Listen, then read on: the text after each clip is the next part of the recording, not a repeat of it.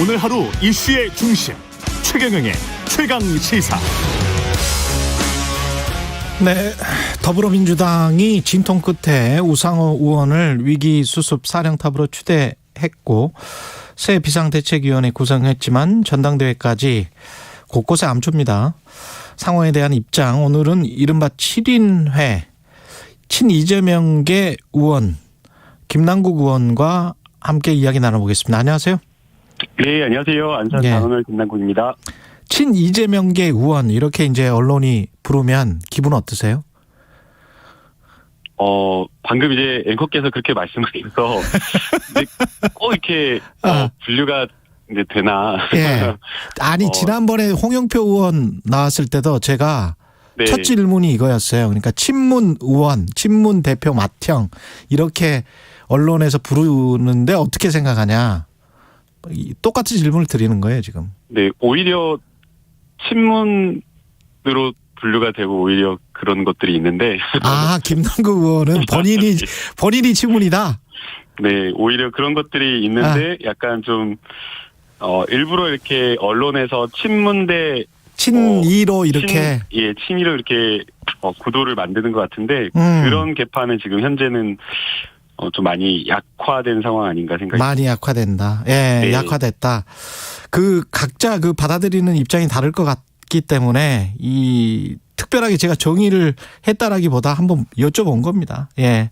그 지금 저 사선 중진의 우상호 의원은 선임이 됐는데 추대 과정에서 별다른 의견이 없었죠. 이게 지금 만장일치였습니까? 네, 그 우총 과정에서 저희가 이제 특별한 이견 없이 이제 만장일치로 추대가 되었고요. 이번에 이제 그 비대위원장을 추대할 때 두 가지 점을 저는 주목했다라고 봅니다. 네. 첫 번째는 아무래도 이번 비대위가 전당대회를 준비하고 관리하는 그 비대위이기 때문에 조금 더 개파 간의 어떤 갈등이라든가 전당대회를 좀 공정하게 이끌 수 있는 그런 비대위원장이 필요하다라는 점이 하나였고요. 그다음에 두 번째는 지난번 비대위가 구성될 때 당 내에서의 의견을 좀 충분하게 듣지 못했다라는 그런 어떤 좀 지적이 있었거든요. 예. 그래서 이번에는 의총을 하기 전에 각 선수별 회의 또 선수별 회의 있기 전에 3, 4, 5 의원님들끼리 여러 이제 비대위의 방향 또 어떤 사람이 좋겠다 이런 부분에 대한 상당한 정도의 어떤 토론과 회의가 있어서 특별한 어떤 이견이나 갈등 없이 잘 회의가 마무리된 것 같습니다. 어떤 사람이 좋겠다라고 할 때 그 어떤 사람이 좋겠다는 우상호는 혁신형이라기보다는 이제 전당대회 전까지 관리형이다. 관리를 잘할 수 있는 사람이다. 이런 평가들이 있는데요. 거기에 관해서는 어떻게 생각하세요? 이제 꼭 관리형이다 뭐 그런 것보다는요. 이제 아무래도 우상호 의원님 실용적이고 또 당내 두루 이제 신망이 높으신 편이거든요. 예.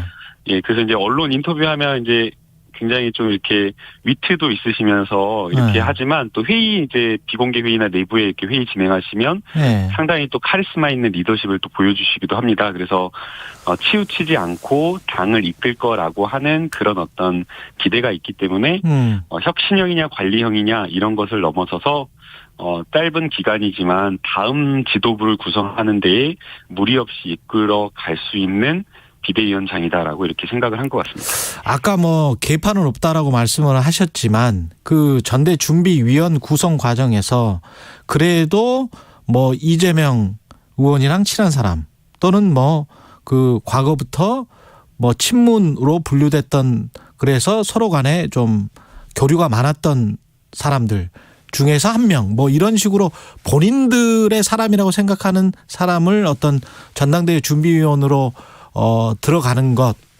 꽂아 넣는 것, 이런 게 굉장히 중요합니까, 지금? 그러니까 항상 이제 과거에 보게 되면 전당대회 룰을 전당대회 앞두고 마음대로 바꿨기 때문에 유리하게 바꿨기 때문에 그러한 사람들을 자기 사람들을 막 밀어넣으려고 하는 것들이 상당히 많았었거든요. 그러나 이제 당의 어떤 시스템이라고 하는 것들이나 그 국민들의 어떤 눈높이, 당원들의 눈높이가 많이 올라와서 그리고 또 그 전당대회를 앞두고 마음대로 이것을 본인들의 어떤 특정 계파나 특정한 어떤 의원들의 이익을 위해서 이렇게 룰을 바꾼다라고 한다면 그런 것들을 이제 상당한 어떤 반발을 불러올 수 있기 때문에 좀 불가능할 것으로 보기 때문에 무리해서 막 누구와 가깝다, 누구를 위해서 누구를 막 밀어넣는다거나 그렇게까지는 하지는 않을 것 같습니다. 네. 그 지금 룰을 말씀을 하셨기 때문에 한쪽에서는 권리당원의 참여 투표의 어떤 비중을 늘려야 한다, 뭐 이렇게 이야기를 하고 있고, 한쪽에서는 오히려 지금도 충분히 너무 많다, 이렇게 이야기를 하고 있어요. 어떻게 생각하세요? 지금 권리당원의 비율이 많다 높다 그 문제는 아닌 것 같고요. 예. 저는 크게 세 가지 쟁점이 있다고 보이는데요. 예. 첫 번째는 표의 등가성의 문제라고 보입니다. 표의 등가성. 예. 그러니까 대의원 표가 고정되어 있는 상태에서 권리당원이 계속 늘어나다 보니까 권리당원이 늘어나면 늘어날수록 계속 그 권리당원과 대의원의 표의 가치가 달라져 버리는 겁니다. 그래서 저도 깜짝 놀랐는데요. 얼마 전까지는 한 1대 한 5, 60 정도, 뭐 4, 50 정도 이렇게 되는 줄 알았는데 지금은 권리당원이 늘어나서 대의원 표가 1대 80까지 정도의 비율로 이렇게 달라졌다라고 합니다. 그래서 대의원 한 명이 권리당원 80명이란 말이에요? 네, 그런 정도의 그 가치 비중이 달라져 버렸다라고 이야기를 하고 있어서 이건 좀 너무 심각하다. 그 권리당원이 늘어나면 더더욱 계속 이렇게 표의 가치가 달라져 버리는 문제가 있다라는 거고요. 권리당원이 늘어날수록 대의원의 중요성이 훨씬 더 커져 버리네, 그러면. 표의 가치가 더 커져 버리는 거죠. 예. 근데 이 대의원이라고 하는 것은 국회의원이 임명을 하는 거거든요. 지역위원장이. 그러면은 국회의원과 개파나 이런 국회의원들이 사실은 어떻게 보면 당을 더 좌지우지해버리는 손쉬운 개파 정치를 할 수 있는 그 구조가 되어버리기 때문에 당 민주주의와도 맞지 않는 구조가 되는 거고요. 두 번째. 그래서 이제 두 번째는 그 저희 당에는 이준석 같은 젊은 정치인이 나올 수 없는 구조가 됩니다. 예. 그 예컨대 이재명도 지금 출마해서 컷오프가 돼버릴 수 있거든요. 예. 그러니까 당내의 비주류에서 아니면은 당내에 조금 뭔가 혁신적인 어떤 사람이 나와서 출마를 한다거나 청년 세대에서 당대표를 출마하려고 하더라도 그 3명 여러 명이 나오면 3명 컷오프 되는데 그때 이제 중앙대의원들이 이제 컷오프를 시키기 때문에 당 내에서 주류를 장악하고 있는 아니면은 혹시 뭐 주류 아니더라도 조금 어느 정도의 영향력을 가지고 있는 그런 어떤 계파의 끝자락이라도 있는 사람이 아니면 나오면은 그냥 떨어져 버리는 거죠. 그래서 이것은 아예 그 청년 세대라든가 정치 신인이라든가 이런 사람들은 나올 수가 없고 계파에서 있는 사람들만 당대표 힘 있는 사람들만 나올 수밖에 없는 그런 구조이기 때문에 이것도 문제가 있는 거고요. 예. 그다음에 이제 마지막으로는 그 민심과 당심의 괴리가 지금 현재 상당히 큰 상황입니다. 예. 지금 민심 반영 비율이 5% 15%밖에 지금 되지 않는 그런 상황이거든요. 그렇죠. 그러다 보니까 당심과 민심과 괴리가 있어서 평소에는 뭐 예컨대 우리 당원들에게 맞지 않는 그런 생각을 갖지도 않았는데 당원들에게 맞는 생각만 막 이렇게 전당대회만 나가면 저 분은 저런 생각 갖지 않는 분인데 전당대회 나가고 막 마치 본인이 그런 생각을 가진 것처럼 주장을 하는 거죠. 당심 때문에. 예, 당심 때문에. 그래서 이것은 당심과 민심과의 또 괴리가 있는 그런 구조이기 때문에 이러한 것들을 세 가지 표의 등가성 그리고 대의원에 의해서 당대표 컷오프가 발생하는 그런 개파 정치가 될 수 있는 문제 그리고 마지막으로 당심과 민심이 괴리되는 이 세 가지의 문제를 해결하기 위해서 조금 바꿀 필요는 있다. 예, 그런 생각. 룰을 바꿀 필요는 있다. 네. 예. 그 당심과 민심의 괴리에 관해서는 어제 그 민주당 토론회에서도 지적이 됐잖아요. 민주당 관료화, 시대정신 제시가 미흡했다. 뭐 그 혹시 참석하셨어요? 어제 토론회? 아닙니다. 어제는 참석을 못했습니다. 예. 그래서 어제 아주 뼈아픈 지적들이 많이 나왔더라고요. 어떤 평론가는 장기 침체 초입이다. 또 젖잘싸 잘했젖. 뭐 이재명이 졌지만 잘 싸웠다라는 유령과 잘했젖 문재인 대통령이 잘했지만 졌다라는 두 유령이 떠돌고 있다. 이래서는 그냥 장기 침체로 가는 것이다. 뭐 이런 지적들이었어요. 내 외부의 지적들이. 네, 그런 지적과 비판을 겸허하게 받아들여야 되는 그런 상황이라고 생각이 됩니다. 예.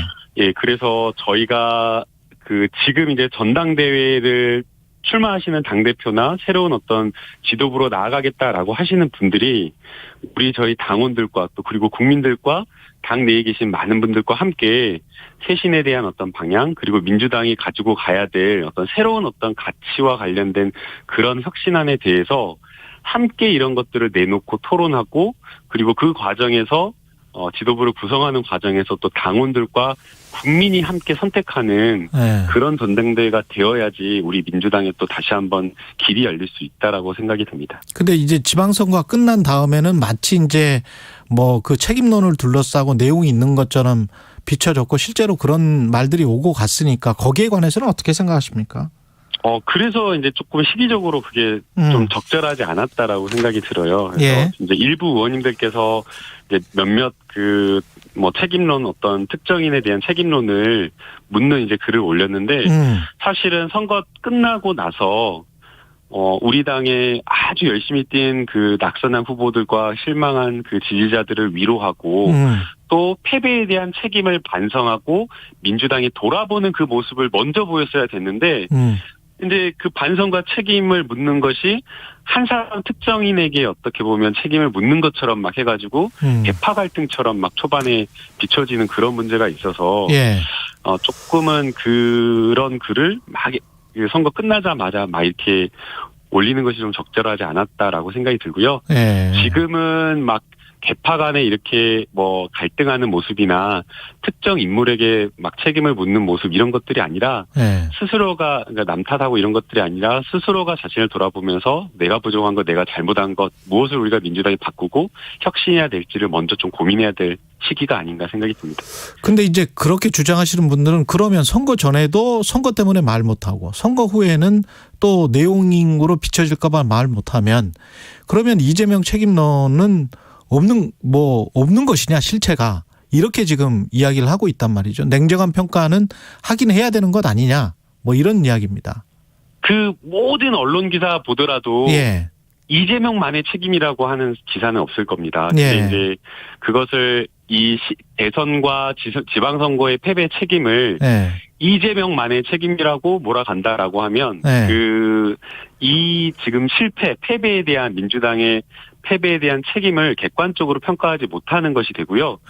결국에는 쇄신이라고 하는 혁신이라고 하는 것이 객관적이고 냉정한 어떤 평가를 토대로 쇄신안이 마련이 되어야 되는데 그렇게 되면 잘못된 어떤 쇄신안이 마련될 우려가 있는 거죠. 그래서 이재명에 대한 어떤 그런 개인 책임을 넘어서서 우리 민주당의 어떤 큰 틀에서의 지난 5년을 평가를 하고 또 대선에서의 그리고 지방선거에서의 어떤 문제가 있었는지 더 나아가서 지금 지적하고 있는 것들은 우리 민주당이 큰 가치와 방향을 잃어버렸다라는 지적을 많이 하고 있거든요.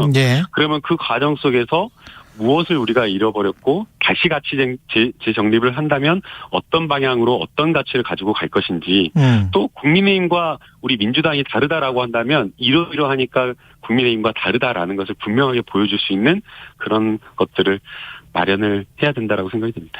그 언론의 초미의 관심사는 결국은 이재명 의원이 당대표 선거에 출마하느냐 안 하느냐 이거잖아요. 제가 조금 잘 안 들려가지고 질문을 이재명 의원이 당대표에 출마하느냐 안 하느냐 이게 가장 관심사일 텐데 어떻게 보세요? 그냥 출마해야 된다라고 보십니까? 이번에 전당대회에서의 어떤 그 핵심은 이재명 의원이 출마하냐 출마하지 않느냐라고 저는 그렇게 보진 않습니다. 그리고 이제 지금 현재 이재명 의원도 당장 지금 많은 국민들의 목소리를 겸허하게 지금 듣고 경청하고 있는 그런 상황이고요. 지금 중요한 것은 민주당의 혁신을 어떻게 보여주고 어떤 사람이 이끄는 게 적임자냐라는 것이기 때문에 그러한 것들을 국민과 그리고 당 내에서 우리 당원들과 치열하게 지금 토론할 때이지 이재명이 나오냐 안 나오냐 요 문제로 토론할 것은 아닌 것 같습니다. 지금 어떤 사람이 이끄느냐 이런 말씀을 하셨는데 조웅천 의원은 그런 말씀 하시더라고요. 당대표와 최고위원을 분리 선출하지 말고 최고위원을 다 선출을 해서 최다 득표자가 뭐 대표 최고위원이 되고 뭐 이런 식의 어떤 집단 지도 체제 가자. 또는 전당대회를 내년 초로 미루자. 김종민 의원은 그렇게 이야기한 것 같은데 어떻게 보세요?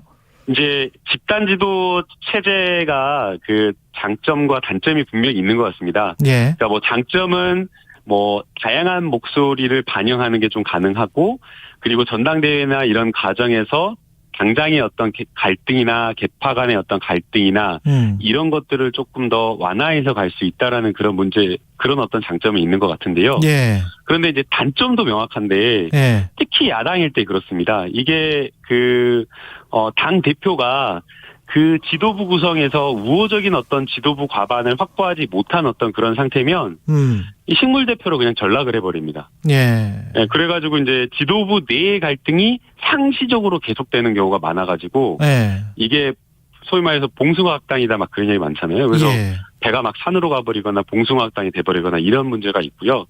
또 그 다음에 혁신으로 국민들에게는 안 비춰질 가능성이 있습니다. 사실 이 집단 지도 체제로 가겠다라고 하는 거는 계파 간에 그다음에 그 의원들 간에 딱 이렇게 보내가지고 최고위원들 사이에 공천권에 대한 지분을 어느 정도 일정 부분 보장해 가는 것들이 있어가지고 결국에는 혁신과는 거리가 먼 과거의 어떤 구체 정치, 계파 간의 공천 나눠먹기 하는 그런 걸로 돌아가자는 거 아니냐라는 그런 문제가 있을 수 있기 때문에 예. 집단 지도 체제보다는 지금 단일 지도 체제로 해서 조금 신속한 의사결정을 통해서 조금 확실한 어떤 단단한 어떤 야당이 견제하는 모습을 보여주는 게 더 필요한 것 같습니다. 알겠습니다. 특히나 혁신과 쇄신을 해야 될 단계에서는요. 예, 알겠습니다. 여기까지 듣겠습니다. 아유, 시간이 짧네요. 예, 네. 예, 더불어민주당 김남국 의원이었습니다. 고맙습니다. 네, 감사합니다. 공정, 공익, 그리고 균형.